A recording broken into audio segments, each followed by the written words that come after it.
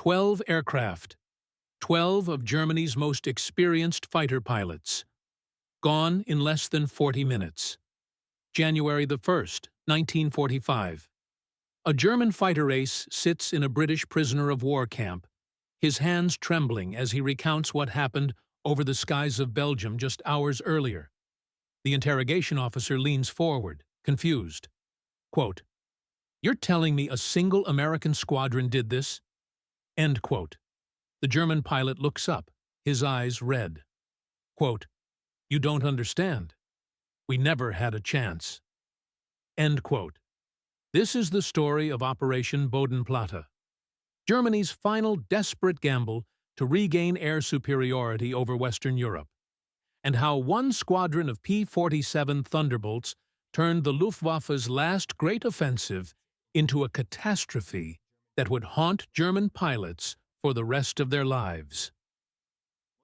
What happened in those 40 minutes would become legend among American fighter groups, and a nightmare that made even veteran German aces break down in tears.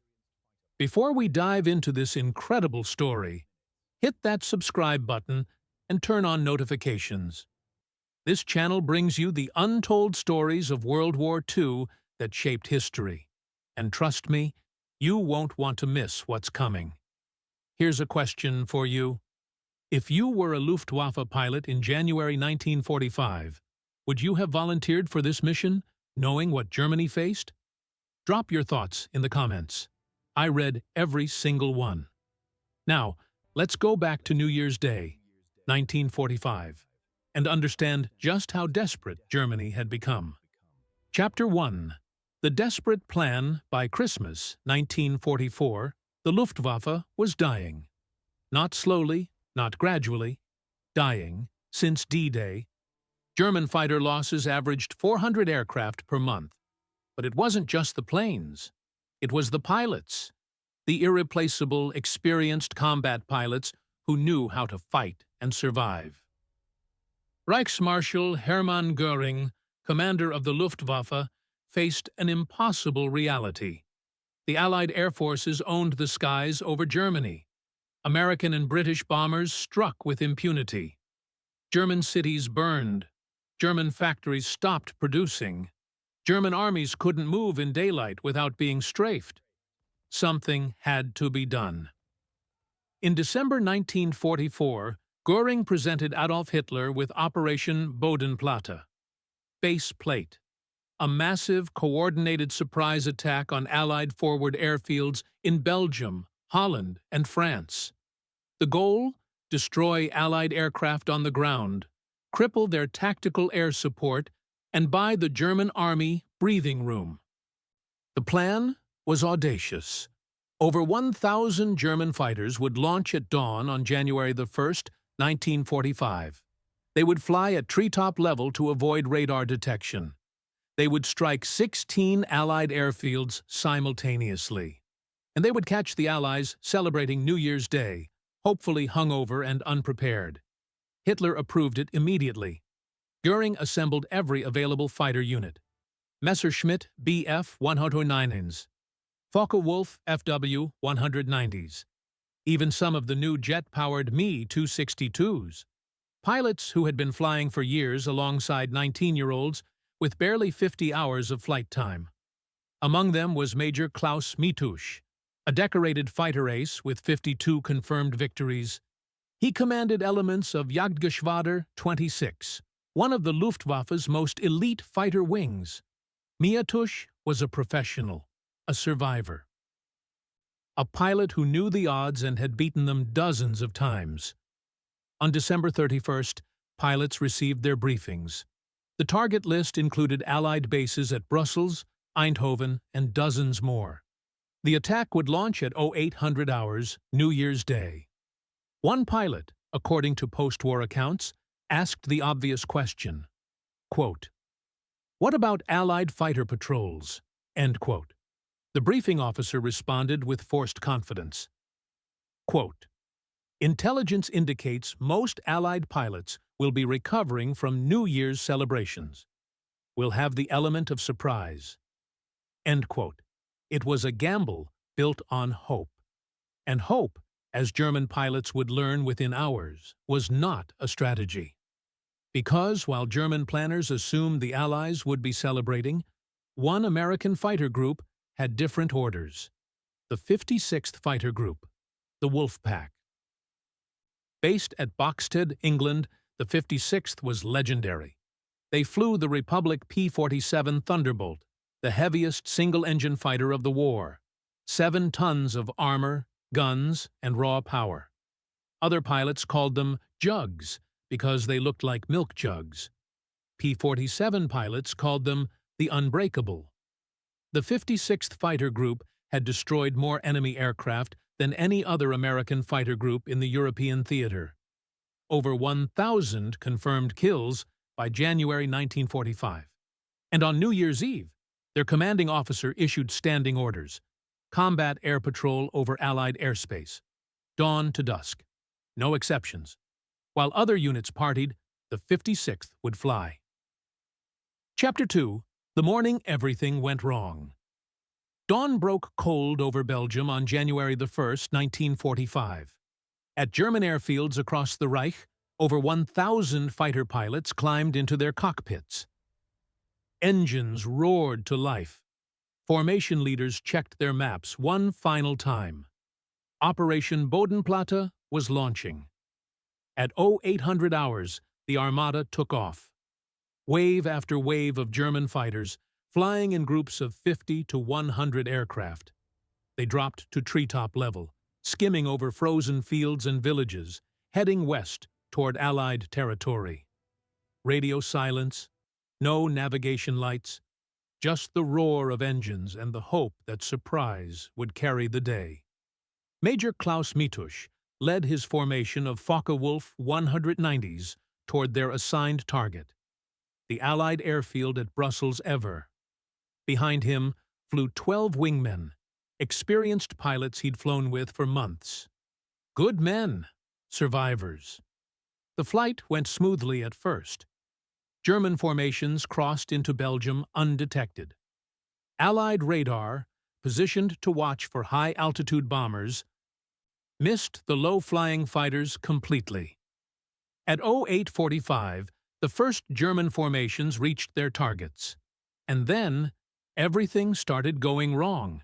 The Allied airfields weren't sleeping. They weren't hungover. They were awake, alert, and defended by hundreds of anti-aircraft guns that opened fire the moment German fighters appeared. At Eindhoven, German pilots flew into a wall of flak that shredded aircraft like paper. At Brussels, the same. At airfield after airfield, German pilots discovered that surprise meant nothing against concentrated anti-aircraft fire. But some German formations got through. They strafed parked aircraft, bombed fuel dumps, destroyed hangars. It looked, for a few minutes, like the operation might succeed. Then the Allied fighters arrived. At 0900 hours, radar stations across Belgium began tracking something alarming. Dozens of radar contacts, low altitude, heading back toward Germany. Controllers realized what was happening. This was a coordinated attack. And German fighters, having struck their targets, were trying to escape back to Germany with empty fuel tanks and depleted ammunition. The controller at RAF Group headquarters grabbed his radio and issued a priority call. Quote, "All Allied fighters, scramble immediately.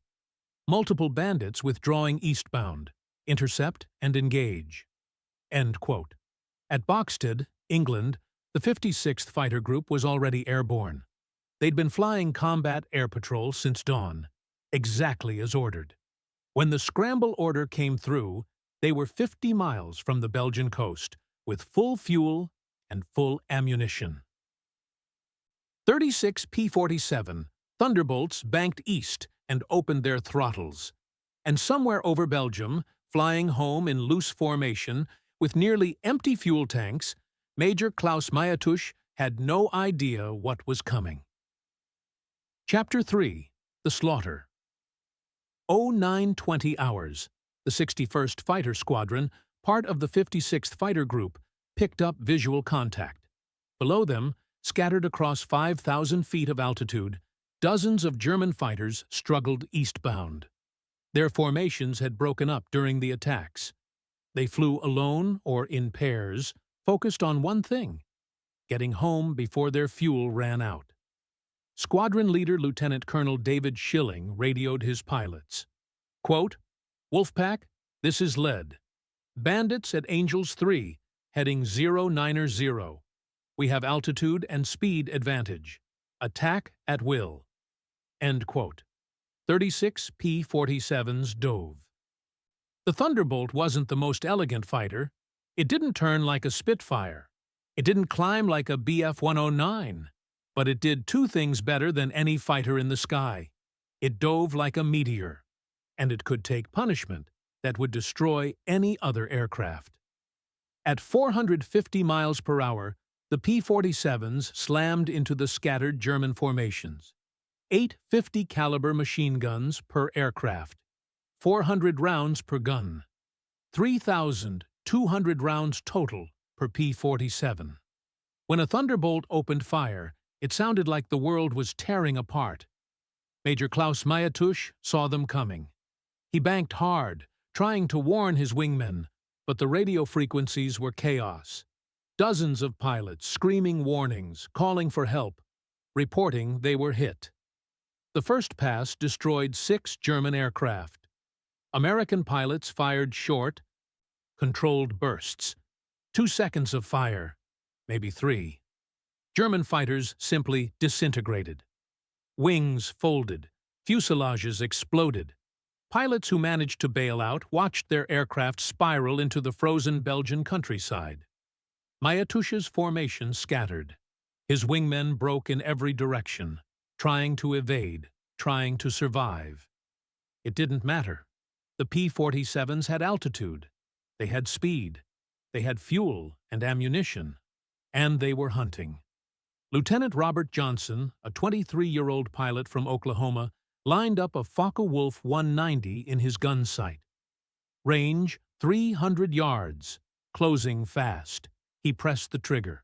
His after-action report, filed that evening, described what happened next. Quote, "Observed strikes on the enemy aircraft's fuselage and wing route. The aircraft rolled inverted and entered a spin. No parachute observed. Confirmed destroyed." End quote. Across the sky, the same scene repeated. American pilots dove, fired, climbed back to altitude, and dove again. It was textbook energy fighting. Use superior altitude and speed to control the engagement. Never get slow. Never get low. Never give the enemy a chance to fight back. German pilots tried to run. They pushed their throttles to maximum, diving for the deck, hoping to outrun their attackers. But P-47s dove faster. One German pilot, later interviewed as a prisoner of war, described the helplessness. Quote, "I pushed my 190 to maximum speed, over 600 kilometers per hour. The American fighter stayed with me easily. I could see his guns tracking me. I knew I was going to die." End quote. He bailed out seconds before his aircraft exploded. Major Mietusch fought back. He was an ace, a professional, a pilot who'd survived 4 years of combat. He reversed hard into an attacking P-47, trying to force an overshoot, trying to get his guns on target.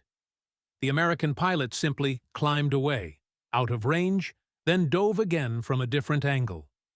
Mietusch's wingman exploded beside him. Then another. Then another. In less than 15 minutes, Mietusch watched 8 of his pilots die. He tried to rally the survivors, tried to form a defensive circle. But there were too many Americans, too much speed, too much firepower. At 0935, Mietusch's Focke-Wulf took hits. Cannon shells from a P-47 ripped through his engine cowling. Oil sprayed across his windscreen. His engine temperature spiked into the red. He had maybe 2 minutes before the engine seized completely.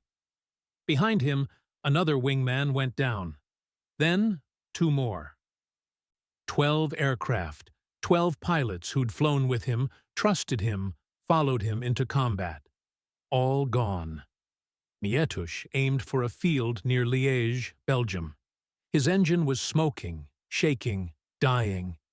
He dropped his landing gear, hoping to set down before the engine exploded. At 500 feet, his controls locked up. He pulled the canopy release and bailed out. His parachute opened. He watched his Focke-Wulf impact the ground and explode. And as he floated down toward capture, he looked around at the sky. Burning wreckage dotted the landscape as far as he could see. Not just his squadron. Dozens of German aircraft. Maybe hundreds. Operation Bodenplatte, Germany's final gamble, was a catastrophe. If you're not already blown away by this story, just wait until you hear what the final cost was. Hit that like button if this is the kind of detailed military history you want more of. And stick with me, because we're about to break down exactly why this battle ended the Luftwaffe as an effective fighting force. Let's talk about the numbers that made German commanders realize the war was lost. Chapter 4. The Catastrophic Cost. By noon on January 1, 1945, Operation Bodenplatte was over. The final accounting was brutal. The Luftwaffe launched approximately 1,000 fighters that morning. Of those, 323 did not return. Shot down by Allied fighters, destroyed by anti-aircraft fire, or crashed due to fuel exhaustion. 323 aircraft lost in a single morning. But the numbers get worse. Of the 677 German aircraft that made it back to base, over 100 were so heavily damaged they never flew again. Engine damage, battle damage, structural failures. Total aircraft lost or written off, approximately 430, nearly half the attacking force. Now, let's talk about pilots. 214 German pilots killed in action, 53 captured, 23 wounded, 290 experienced combat pilots gone. Irreplaceable men who represented thousands of hours of training, hundreds of combat missions, decades of collective experience. And what did Germany gain? Allied losses at the attacked airfields totaled approximately 134 aircraft destroyed on the ground. Sounds significant until you realize something crucial. Almost all of those destroyed aircraft were already damaged or obsolete. They were awaiting repair or scheduled for salvage. The operational Allied fighters had been dispersed to satellite fields or were already airborne on patrol. The Allies lost 134 mostly non-operational aircraft. Germany lost 430 frontline fighters and 300 combat-experienced pilots. It was the worst exchange ratio in Luftwaffe history. But the story gets even more devastating when you look at specific units. Major Klaus Mietusch's squadron lost 12 aircraft to the 56th Fighter Group alone. 12 experienced pilots, not trainees, not replacements. Veterans with hundreds of combat hours. Jagdgeschwader 26, one of the Luftwaffe's elite units, lost 24 aircraft total that day. Over 30% of their operational strength. Jagdgeschwader 3 lost 28 aircraft. Jagdgeschwader 6 lost 30. These weren't just numbers on a logistics report. These were the men who trained the replacements. The pilots who knew how to fight and survive. The squadron leaders who held units together. All gone in one morning. The 56th Fighter Group, by contrast, lost 2 aircraft during the engagement. Both pilots survived and were rescued. 2 American losses versus dozens of German fighters destroyed. The interrogation reports from captured German pilots tell the real story.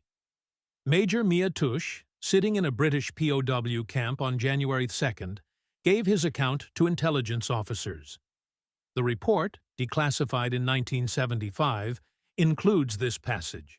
Quote, "The operation was doomed from the start. We were told Allied fighters would be grounded. We were told we would have surprise. Instead, we flew into prepared defenses with no support, no reserves, and no chance of success. I watched 12 of my pilots die because of intelligence failures and desperation. When I was captured, I felt relief. Relief that I no longer had to send men to die for nothing." End quote. The intelligence officer noted in his report that Mietusch became emotional during the interview and required several breaks. Another captured pilot, Lieutenant Franz Stigler of Jagdgeschwader 27, was even more blunt. Quote, "We didn't lose the war on January 1st, 1945. We just finally admitted it was lost." End quote. American pilots, by contrast, described the engagement as almost too easy. Lieutenant Colonel David Schilling, commander of the 61st Fighter Squadron, filed his after-action report that evening. The tone is almost apologetic. Quote, "Enemy aircraft appeared poorly coordinated and displayed little tactical awareness. Most enemy pilots attempted to flee rather than engage. Our squadron destroyed 18 confirmed enemy aircraft, with no losses. Combat was concluded within 40 minutes. End quote. 18 confirmed kills, 40 minutes. No American losses. That single squadron of P-47s achieved what Germany feared most. They proved Allied air superiority wasn't just numerical, it was qualitative. American pilots were better trained, better equipped, better supported, and better led. And after January 1st, Germany could no longer pretend otherwise. Chapter 5. Why the Thunderbolt Dominated. So what made the P-47 so devastatingly effective that day? Let's talk about the aircraft that German pilots learned to fear more than any other. The Republic P-47 Thunderbolt weighed 7 tons empty. Fully loaded, it pushed 8 tons. That made it the heaviest single-engine fighter of World War II by a massive margin. A Messerschmitt Bf-109 weighed just over 3 tons fully loaded. A Focke-Wulf 190 weighed about 4.5 tons. The P-47 outweighed both by almost double. German pilots initially mocked it. They called it Der Dicke, the fatty. They assumed something that heavy couldn't fight. They were catastrophically wrong. That weight gave the P-47 advantages German fighters simply couldn't match. First, dive speed. When a Thunderbolt dove from altitude, it accelerated like nothing else in the sky. Terminal velocity exceeded 500 miles per hour. German fighters topped out around 450. That meant P-47 pilots could always dictate engagement. Dive in, attack, climb back to altitude. If the German tried to follow, the Thunderbolt simply dove away faster than the enemy could pursue. Second, survivability. The P-47 was built around a massive Pratt & Whitney R2800 radial engine. 2,000 horsepower, 18 cylinders, air-cooled. You could shoot holes in that engine and it kept running. Unlike German inline engines, which failed if coolant was hit, the R2800 could lose multiple cylinders and still produce power. Behind the engine sat the pilot, surrounded by armor plate and bulletproof glass. Cockpit armor alone weighed over 200 pounds. German pilots reported hitting P-47s repeatedly, only to watch them fly away, unaffected. One Luftwaffe pilot's combat report, captured after the war, described his frustration. Quote, "I fired over 400 rounds at a P-47. I observed strikes on the wings, fuselage, and engine. The American aircraft did not slow down. It simply climbed away and returned to attack me again. I broke off engagement due to low fuel." End quote. Third, firepower. 8 50-caliber M2 Browning machine guns, 4 in each wing, synchronized to create a cone of fire at 300 yards. When all 8 guns fired simultaneously, they delivered over 80 rounds per second. That's nearly 5,000 rounds per minute. German fighters carried 1 or 2 20mm cannons and 2 machine guns. Devastating when they hit, but slow-firing and limited ammunition. The P-47 could fire continuously for 20 seconds before running dry. That was 4, maybe 5 attack passes.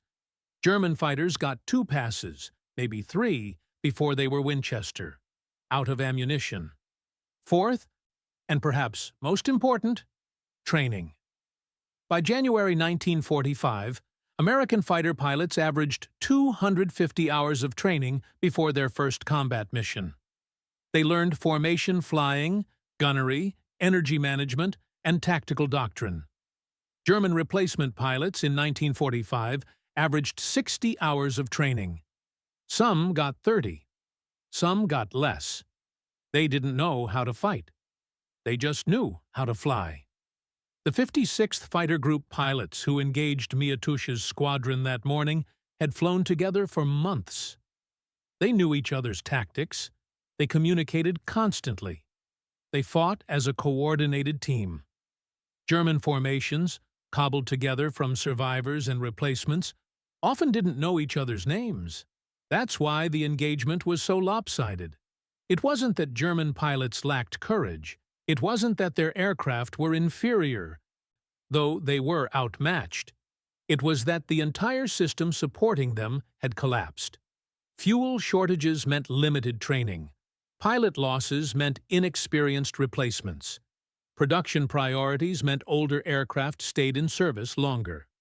Luftwaffe logistics couldn't support sustained operations, and German intelligence consistently failed to provide accurate information about Allied capabilities and positions. Operation Bodenplatte exposed all of those failures simultaneously. The P-47 Thunderbolt didn't just dominate because it was a good aircraft. It dominated because American industrial might, training pipelines, logistical support, and tactical doctrine created an ecosystem where good pilots flew good aircraft with the support needed to win. Germany, by January 1945, had none of that. They had brave men flying desperate missions with inadequate support, facing an enemy that had already won. Chapter 6. The Aftermath. The impact of Operation Bodenplatte went far beyond the immediate losses. Within 2 weeks, Hitler ordered every available fighter reassigned to defend German cities against Allied bombing raids. Tactical air support for German ground forces effectively ceased.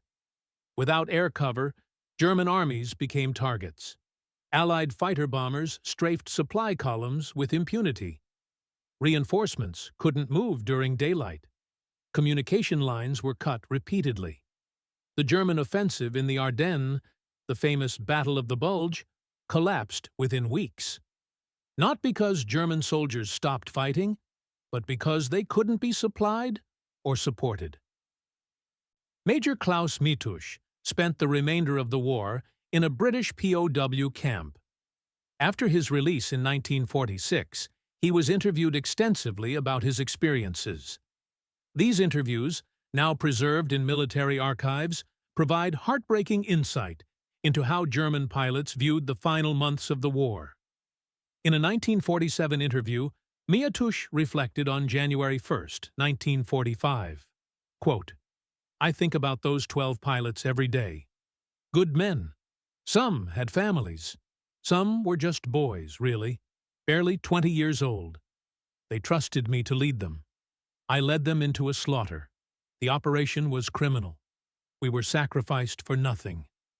When I think about their faces, I cannot find peace." End quote. The interviewer noted that Mietusch became visibly emotional and struggled to continue. He never flew again after the war. He died in 1963, at age 52. Lieutenant Colonel David Schilling, who led the 56th Fighter Group Squadron that day, went on to become one of America's most decorated fighter pilots. He was credited with 23 confirmed aerial victories by war's end. In his memoir, published in 1952, Schilling wrote about January 1st with surprising empathy. Quote, "We were hunters that day. It was our job, and we did it well. But I felt no joy. Those German pilots were brave men fighting for a lost cause. They deserved better leadership than they received. War is full of moments like that. Necessary, but not glorious." End quote. The 56th Fighter Group finished the war as the highest-scoring American fighter group in the European theater. Over 1,000 confirmed aerial victories. They flew P-47 Thunderbolts exclusively, never transitioning to the P-51. Mustang, like most other groups. They called themselves the Unbreakables. History proved them right. The Thunderbolt remained in service with various air forces until the 1960s. Some flew combat missions in South America as late as 1969. Nearly 16,000 were produced during the war. The Focke-Wulf 190, by contrast, ceased production in May 1945 when Germany surrendered. Operation Bodenplatte achieved none of its objectives. Allied airfields were back to full operation within 48 hours. The Luftwaffe never recovered. But the human cost lingered for decades. Families who lost sons and fathers on January 1st, 1945. Pilots who survived and carried guilt for outliving their comrades. Intelligence officers who provided faulty information. Commanders who ordered the operation despite knowing the odds. War creates ripples that extend far beyond the battlefield, and sometimes those ripples drown everyone. January the 1st, 1945, marked the end of the Luftwaffe as an effective fighting force. It wasn't the numerical losses, though those were catastrophic. It was the psychological impact. German pilots who survived Operation Bodenplatte knew with absolute certainty that Germany had lost the war. They could no longer pretend superior training or tactics would compensate for Allied material superiority. They could no longer believe their commanders had a plan for victory. They could only fight, survive if possible, and hope the war ended soon. Major Mietusch's tears in that POW camp weren't just grief for 12 lost wingmen. They were grief for an entire generation of young men sacrificed for nothing. Germany surrendered 4 months later, in May 1945. By then, the Luftwaffe existed only on paper. Fuel shortages grounded most aircraft. Experienced pilots were dead or captured. Replacements had no training and no chance of survival. The P-47 Thunderbolts of the 56th Fighter Group flew their final combat missions on May 8, 1945. VE Day. Victory in Europe. They'd started the war as an untested unit flying an aircraft critics said was too heavy to fight. They finished it as legends flying an aircraft German pilots learned to fear above all others. The story of January 1st, 1945, is a story about many things. It's about industrial might, about training and preparation, about the importance of logistics and intelligence. But most of all, it's about the human cost of war.